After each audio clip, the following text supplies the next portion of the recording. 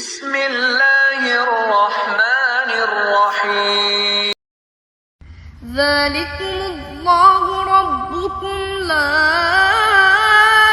إله إلا هو خالق كل شيء فاعبدوه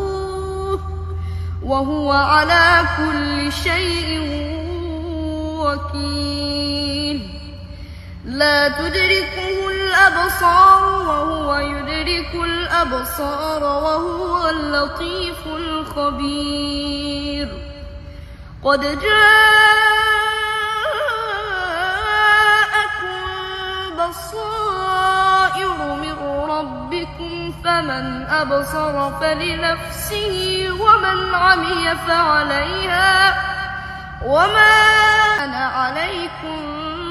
بحفيظ